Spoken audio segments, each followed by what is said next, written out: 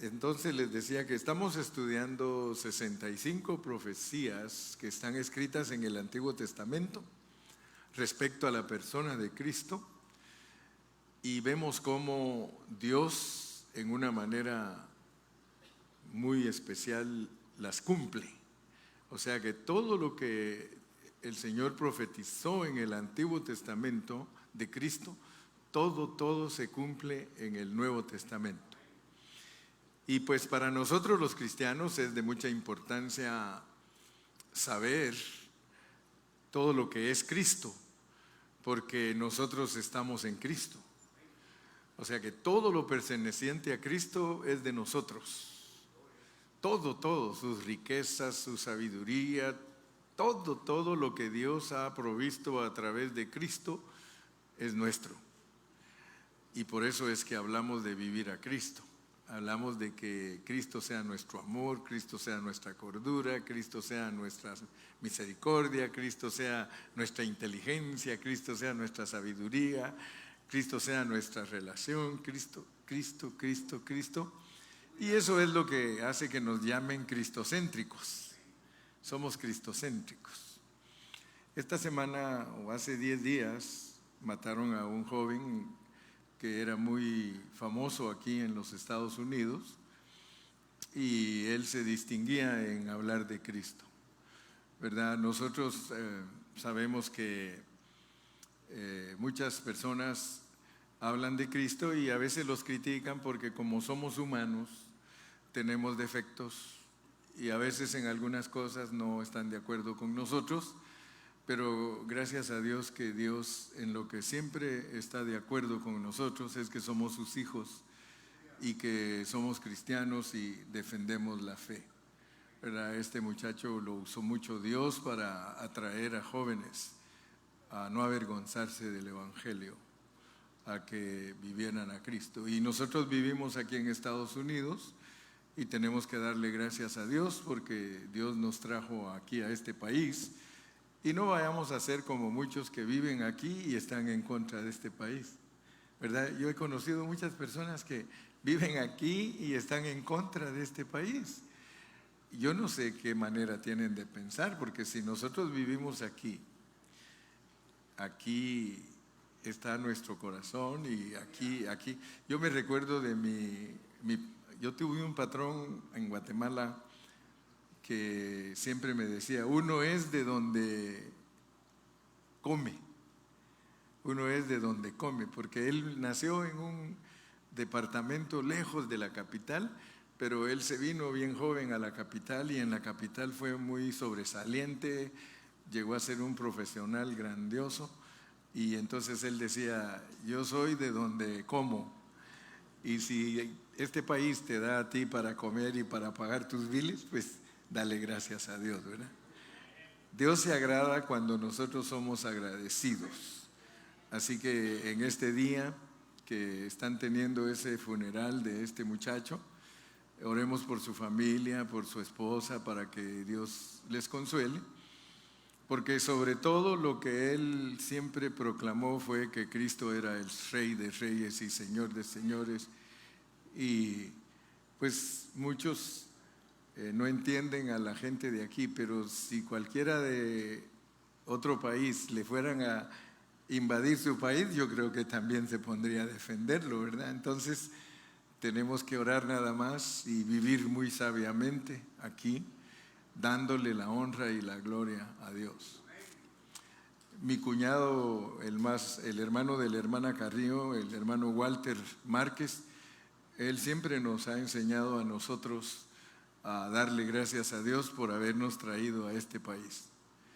Y yo sé que Dios va a proveer los medios para que muchos hermanos puedan estar en su estatus bien, muy más adelantito. Yo sé que Dios les va a proveer esa bendición y seamos agradecidos, ¿verdad? Porque cuando Dios lo trajo a uno de otro país, yo estoy casi seguro que si ustedes no estuvieran aquí, algunos tal vez sí, pero creo que la mayoría no serviría a Dios si estuviera en el país donde nació.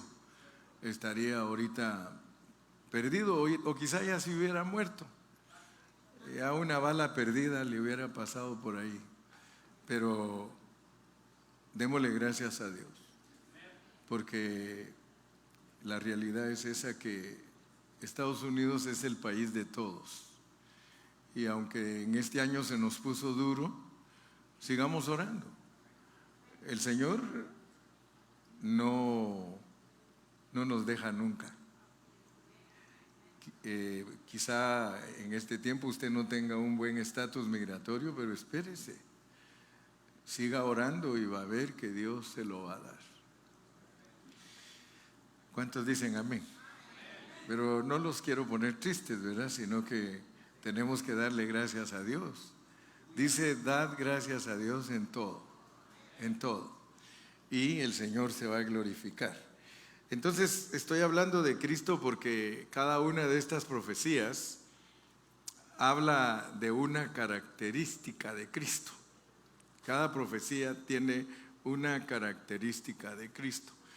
Y hoy vamos a estudiar la 16 y hasta donde Dios nos lleve, quizá 17 y 18, no sé. A veces el tiempo se nos va tan pronto que solo un punto puedo desarrollar. Y algunos me han dicho, hermano, qué bonito los puntos de 35 minutos, dice, hasta queda uno picado. Pero ya cuando les doy de 1 hora, dice, ya córtele, hermano. No, en realidad yo pienso, yo me recuerdo en la universidad las cátedras son de 45 minutos, no se puede, el profesor no puede dar más de 45 minutos. Una cátedra bien dada, 45 minutos es suficiente para enfocar los puntos y dejar bien claro el asunto. Y yo siempre le pido a Dios que me ayude ya casi no me paso de 50, 45, 50 minutos. Y antes pues decía Gilmar, ya córtele pastor, porque 2 horas. Y me recuerdo siempre de ese pastor que decía, mira, la predicación es como cuando el avión se va subiendo, dice. Pero ya cuando llegaste a los 45 minutos y no tienes cuidado, el avión se empieza a bajar y a bajar y a bajar. Sí. Y aparte de eso, dice la hermana Carrió, no cuentes muchos chistes porque después se van a acordar solo de los chistes y no de la predicación. Así que ella siempre me regula. Profecía número 16. Oigan bien, estaba profetizado de que el Señor Jesucristo sería alguien que el celo de la casa de Dios lo consumiera. Voy a repetirlo.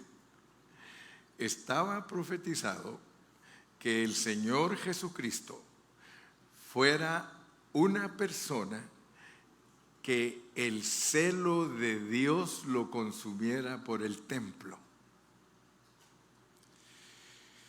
Vamos a leer en Salmo 69, 9, la primera parte, Salmo 69, 9. Dice, Salmo 69, 9, porque me consumió el celo de tu casa. Imagínense, hermano, ahí hay 2 cositas, celo, 3. Hay ser consumido, tener celo y el templo. ¿Qué quiere decir que algo nos consume? Me consumió, dice, porque me consumió el celo de tu casa. ¿Cuántos de ustedes pueden decir, hermano Carrillo, a mí el celo de la iglesia me consume?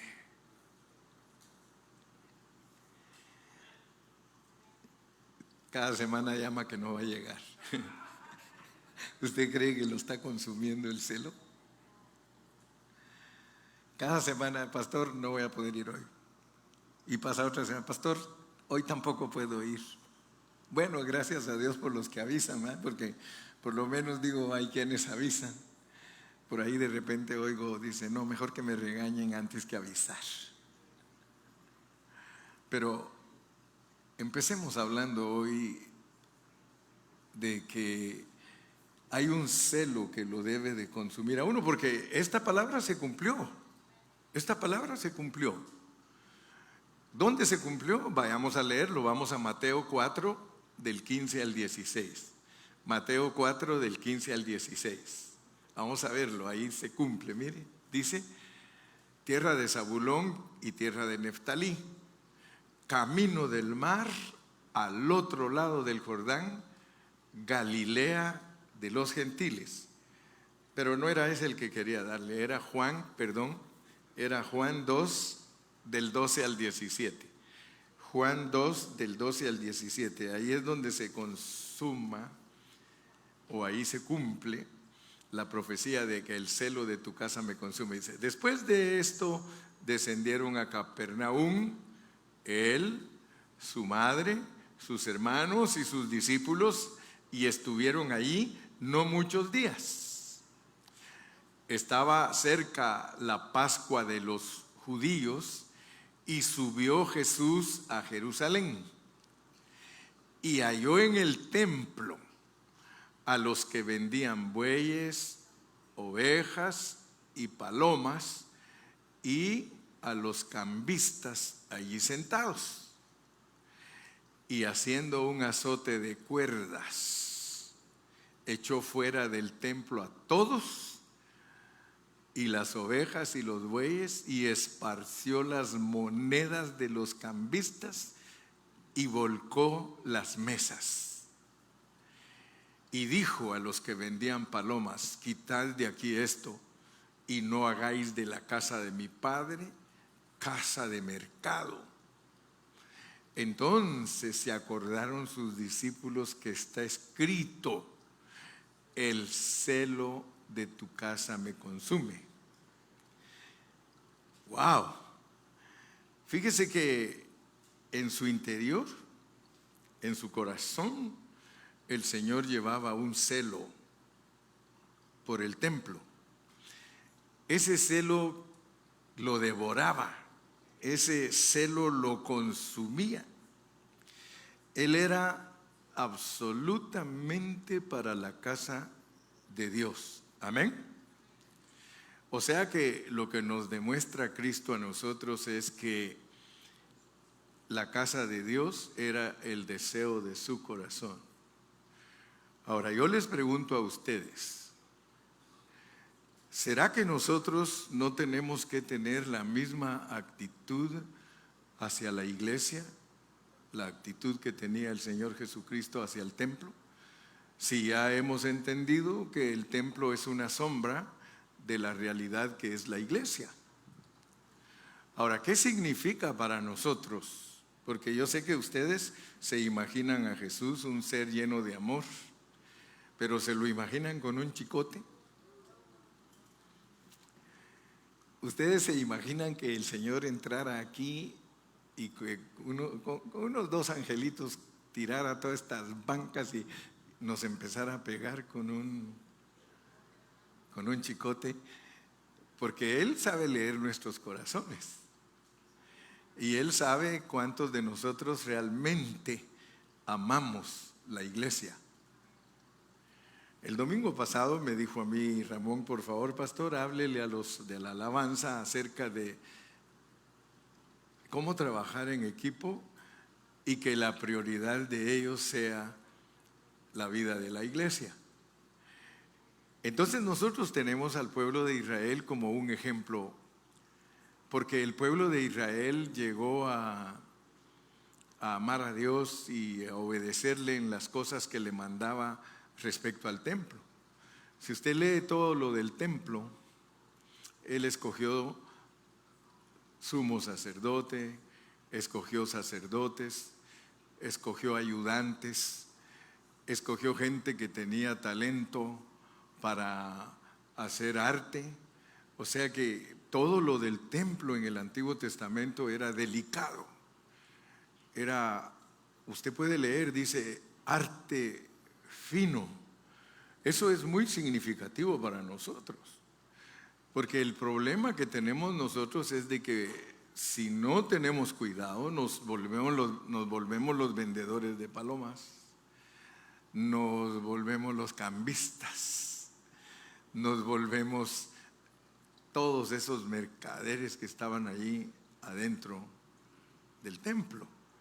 Y cuando uno estudia la forma en que la iglesia del Señor se mueve en todo el mundo, uno descubre que muchos siervos de Dios, si no tenemos cuidado, nos descuidamos, valga la redundancia, si no tenemos cuidado nos descuidamos. Y no voy a resultar como aquel, te voy a hacer una pregunta bien preguntada, y tú me das una contestación bien contestada, ¿verdad? Pero es importante que nosotros nos demos cuenta de que para la vida de la iglesia debe de haber una pasión. Nosotros tenemos que estar apasionados por la vida de la iglesia y no menospreciar a los miembros de la iglesia, porque el asunto está que en nuestros días las iglesias se han vuelto comercios, ¿verdad? Y quiero decirles como pastor, uno muchas veces cae en la debilidad, cae uno, a veces el diablo lo quiere meter a uno en la trampa de que uno se preocupe por la economía de la iglesia. Porque yo sé que ustedes duermen bien tranquilitos, no piensan en nada de la economía de la iglesia. Tal vez sí, tal vez no. Pero yo todos estos meses, imagínense en el tormento que estoy, ¿cuándo vamos a firmar esos papeles? Y a ver si me alcanza lo que cargo o tengo que andar prestando o ver dónde consigo. En cambio ustedes se duermen tranquilitos y yo siempre estoy pensando, y por eso les cuento, ¿verdad? Porque no tengo a nadie más quien contarle, que me preocupo a veces, pero no quiero caer en la trampa de que el diablo me ponga solo a pensar que si no ayudan los hermanos no la voy a hacer, sino que yo le digo, Señor, ayúdame a no afanarme, ayúdame, Señor, para que yo no me afane. Yo les confieso, yo en la B Street estaba pero durmiendo a pierna suelta, porque ahí solo pagábamos 3,000 de renta. Sí, y entonces a pierna suelta y todo tranquilo. Pero aquí se dobló el pago. Y algunos, digo yo, ¿por qué será que ahora que se dobló es cuando menos dan? Pero yo sé que es para probarme a mí a ver si tengo fe. Porque un día voy a decir, Señor, si tuve fe porque tú nos sacaste adelante. Pero no quiero caer en la trampa de ser vendedor de palomas. Y fíjese que a veces hay que vender muchos tacos, pero no vayamos a caer en que eso sea lo primordial, ¿verdad? Que vender tacos sea lo primordial, si pudiendo usted ayudarnos para que no estemos vendiendo tantos tacos o para... Mire, si usted lee la historia del hermano Carrillo, yo salía a vender menudo. ¿Usted se imagina, me imagina vendiendo menudo? Yo salía a vender menudo. La hermana Paula hacía la olla, y no una olla chiquita, hacía una olla gigante. Y yo salía, me recuerdo, tenía una camionetita Toyota. Y allá atrás andaba con mi olla. Y llegó un momento que hasta yo olía a menudo. Pero el asunto es de que Dios nos ayudó. Porque también quiero decirle que vender menudo, vender tacos, no es lo que está enseñando la Biblia aquí de vender ovejas y vender palomas. Porque lo que sucedía era que en la iglesia o en el templo antiguo, en el templo que Dios le permitió a los israelitas construir, ahí eso era para que todos presentaran ofrendas.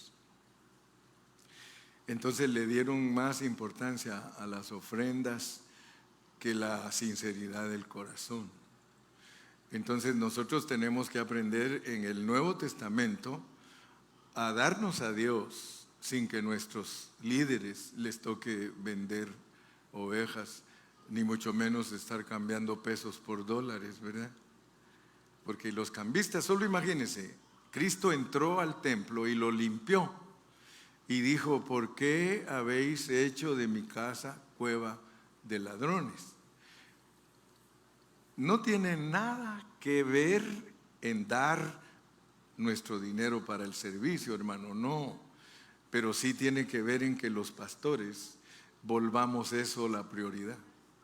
Yo no quiero que el dinero sea mi prioridad. En realidad yo no quiero, y es más, cuando falta digo: bueno, Señor, yo no puedo decir que es mejor que sobre y no que falte, porque cuando falta es cuando más me acerco a ti, porque no hay. Así que muchos de ustedes me mantienen orando, pero profundamente, porque digo: Señor, tócales el corazón para que ellos nos ayuden. Y no lo arreglé el mensaje, sino que hoy tocaba ese mensaje. No vaya a creer usted que yo solo ando pensando cómo hablarle a usted que me dé dinero. No, no, no. No, pero yo le tengo que contar a usted, porque como le dije al principio, si no le cuento a usted, ¿a quién? No me puedo poner a hablar con los que están allá afuera. Hey, fíjate que no nos alcanza para pagar. Pero ¿quieren ustedes que les diga cuánto entró de ofrenda esta semana que pasó? Se los digo, pues. Ramón, diles cuánto entró de ofrenda en el Venmo. ¿Cuánto? $900. Una iglesia tan bonita como esta. $900. Ni siquiera $20 por cabeza. En Venmo. Ahora en cash entró un poquito más. Entró 1,300. O sea que recogimos la semana pasada $2,100. Y nos toca pagar semanalmente de acuerdo a nuestro presupuesto. Tenemos un presupuesto de $16,000 al mes. Biles, renta, seguranza, basura, agua, todo, teléfonos. Quiero decirles pues que Dios no quiere que nosotros volvamos esto un negocio. Pero tampoco quiere decir que porque no es un negocio, nosotros nos descuidemos de una vez y digamos: fulano va a dar, sutano va a dar. Si usted piensa que fulano va a dar y sutano va a dar, ninguno va a dar. Mi punto entonces en la profecía, el celo de tu casa me consume, es que no se vuelva un negocio, pero eso no significa que nosotros no tenemos que dar. Porque algunos hermanos son extremistas y dicen: es que no hay que estar pidiendo porque ya el hermano Carrillo solo se mantiene ocupado pidiendo dinero. No. El celo de tu casa me consume. Entonces yo quisiera en este punto número 16, solo que todos nos hiciéramos un examen a conciencia. Porque algunos dicen: hermano, yo no trabajé esta semana. ¿Y de qué viviste? ¿De qué viviste si no trabajaste? Pues te cobraste un employment, pues tienes que dar tu ofrenda para que Dios ayude la obra donde estamos. Pero que Dios nos limpie, pues. A algunos nos va a tratar con chicote en mano. Aquí hay unos 2, 3 hermanos que no creen en el diezmo. Yo no sé por qué, porque lo hemos enseñado tan correctamente y no lo creen. No tienen un corazón para decir: tengo una iglesia para mis hijos, tengo un lugar donde mi familia se reúne, tengo un pastor que siempre predica la palabra y dice la Biblia que él viva de la predicación del evangelio. Ustedes están muy callados, hermanos. Culpables, ¿verdad? Muchos culpables.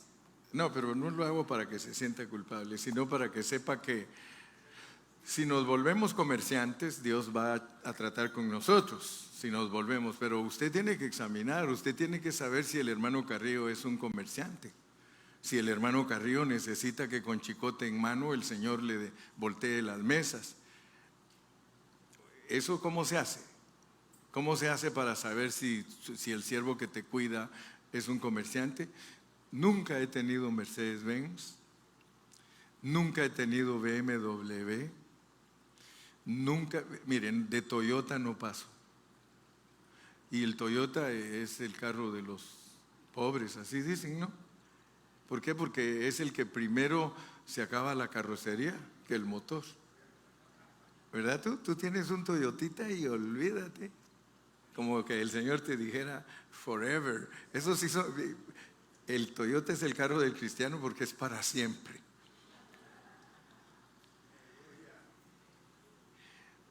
Antes tuve casa, gracias a Dios que ahora rento, para que nadie diga, el pastor vive mejor que nosotros.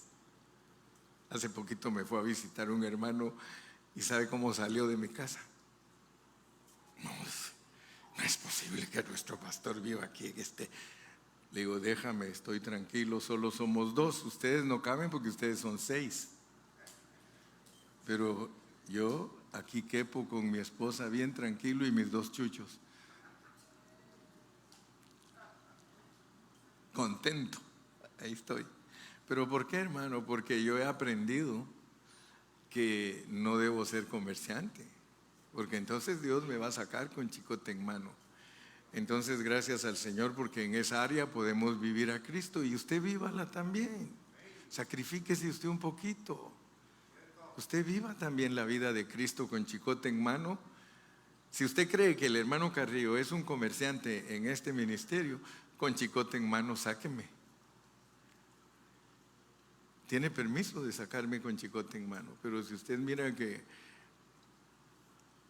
yo estoy igual que usted y que mi estándar es igual que usted, qué feo sería, ¿verdad?, que al salir de aquí, ahí en el parqueo del pastor, y por eso ni agarro parqueo exclusivo porque me lo quitan. Pero qué feo sería que en el parqueo del pastor estuviera un Mercedes-Benz y ustedes colectando del unemployment, ¿verdad? No vale, no es justo, no se vale, pero muchos siervos así son. A mí me molesta cuando los siervos de Dios salen ahí que andan en su avioneta, hermano. Si cuando hay pastores que son genuinos, si usted los mira allá en los pueblos de México, van en el camión donde van los puerquitos y los chompipes, dicen aquí, y los pavos, y ahí van ellos a predicar el evangelio.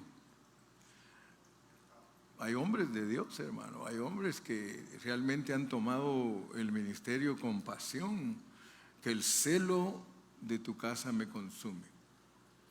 Esta semana le decía yo a mi esposa, ¿sabes qué? Yo le doy gracias a Dios porque los pastores que nos pastorearon a nosotros fueron pastores genuinos. La familia de mi esposa, pastores, y todos como que hubieran hecho voto de vivir en pobreza. El abuelito de mi esposa nos iba a visitar y siempre me acordaba yo del doctor Chapatín con él, porque andaba siempre con la bolsita y siempre nos llevaba pan. El ancianito nos iba a visitar y él siempre una conchita, unas champurraditas, y nos iba y oraba por nosotros. Y pobremente vivieron esos siervos, fueron siervos genuinos que entendieron correctamente que no hay que ser cambistas, que no hay que ser vendedores de palomas, que no hay que ser los que cuidan animales, ¿verdad? No. Nosotros tenemos que aprender que el pueblo de Dios son sus ovejas, respetarlas, cuidarlas con amor, con amor. Y también le di gracias a Dios que me crié en iglesias que no manipulaban. Si usted se da cuenta, yo no soy un pastor manipulador. Yo no me aprovecho de los hermanos, pero Muchos pastores pentecostales se enseñorean de la congregación. Ellos manipulan el pensamiento de los hermanos. Dios nos ayude para ser siervos genuinos. ¿Cuántos dicen amén? Ser siervos genuinos, no manipularlos. En las iglesias donde se manipula a la gente, Dios mío, ahí no puede hacer uno lo que uno quiere. Ahí no puede uno, mire, faltar a todos los servicios en las iglesias legalistas, no puede. El pastor está como capataz sobre todos, siempre como capataz. Y quiero decirle, yo fui así. Y después me di cuenta con qué razón todo el tiempo estaba lleno, ¿verdad, Gilmar? Si el que faltaba yo le decía, disciplina.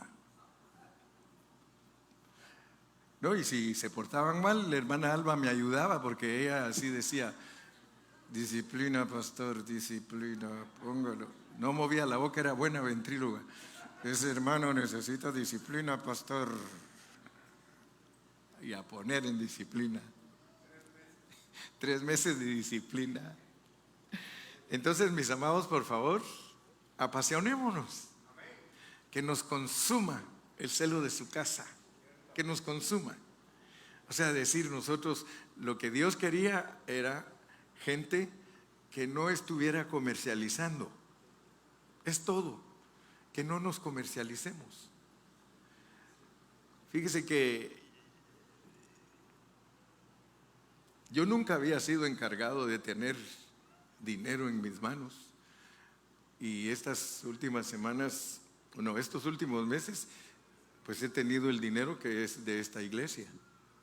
Pero Dios lo proveyó para que pudiéramos comprar aquí. Y ahora todos los que nos visitan aquí dicen, aquí está más grande que allá, ¿verdad, hermano? Qué bonito está aquí y todo. Sí, les digo, gracias a Dios que Dios proveyó. Dios proveyó porque Dios multiplicó nuestro dinero.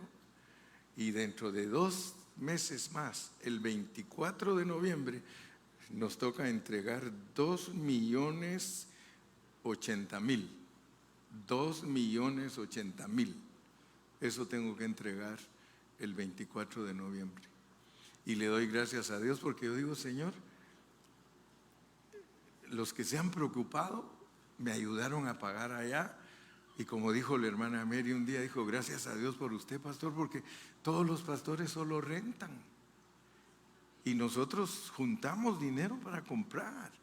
Nosotros juntamos más de $100,000 para comprar ese local. Y ahora venimos aquí, hermano, y para nuestros jóvenes vamos a dejar un lugar bonito. Ya los jóvenes solo tienen que encargarse de mantener bonito aquí, arreglarlo y todo. Pero noten cómo Dios nos ha honrado.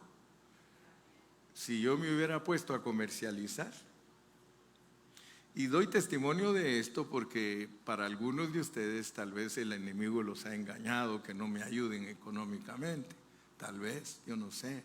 Puede ser que el enemigo los ha engañado y no los deja que me ayuden económicamente, pero una cosa sí tienen que saber.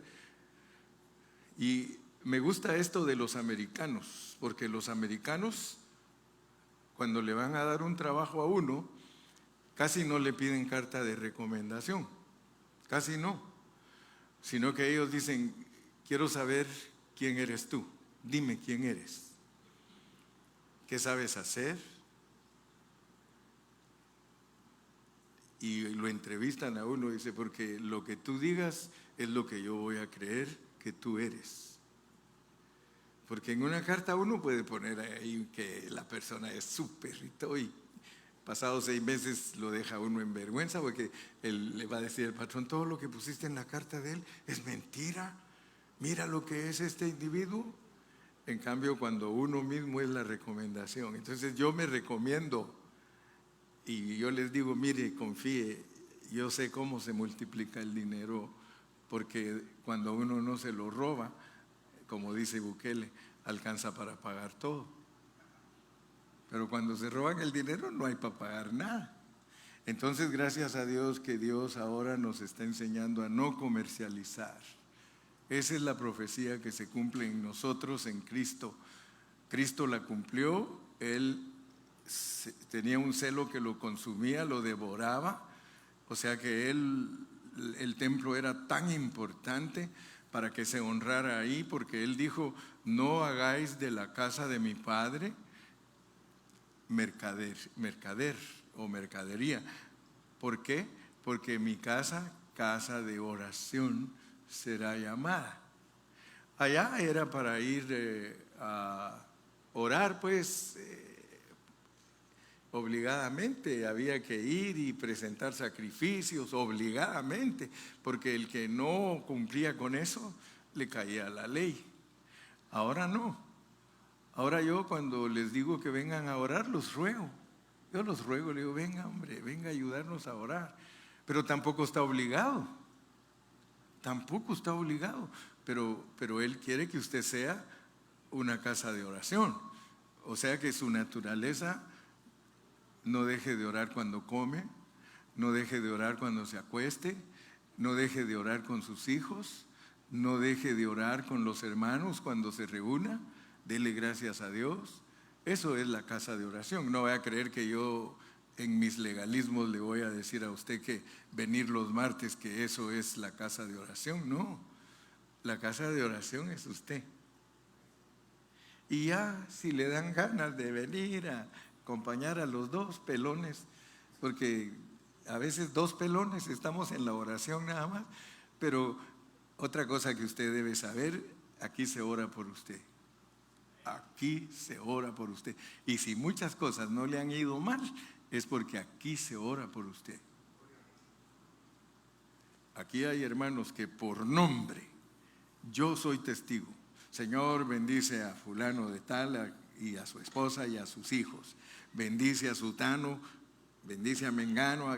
Hay hermanitos que oran a veces hasta 10 minutos por nombres de todos ustedes.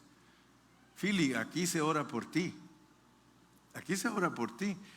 Si Dios te bendice mucho, es porque se ora por ti. Cristi, aquí se ora por ti. Xochitl, aquí se ora por ti, y siendo alta, lo mismo pagas que una chaparrita.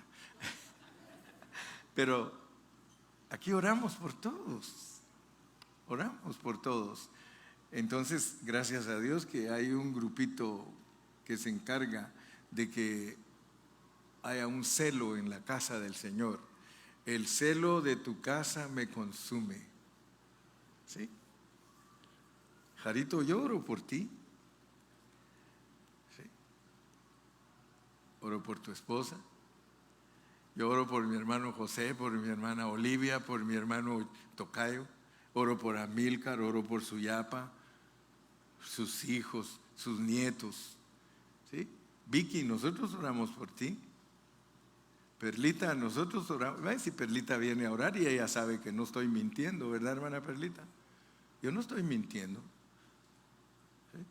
Oramos por mi mamá y mi papá. ¿Sí? Ya saben que mi mamá es la hermana Gloria y mi papá Dani, porque cuando me llevan a pasear todo me lo pagan.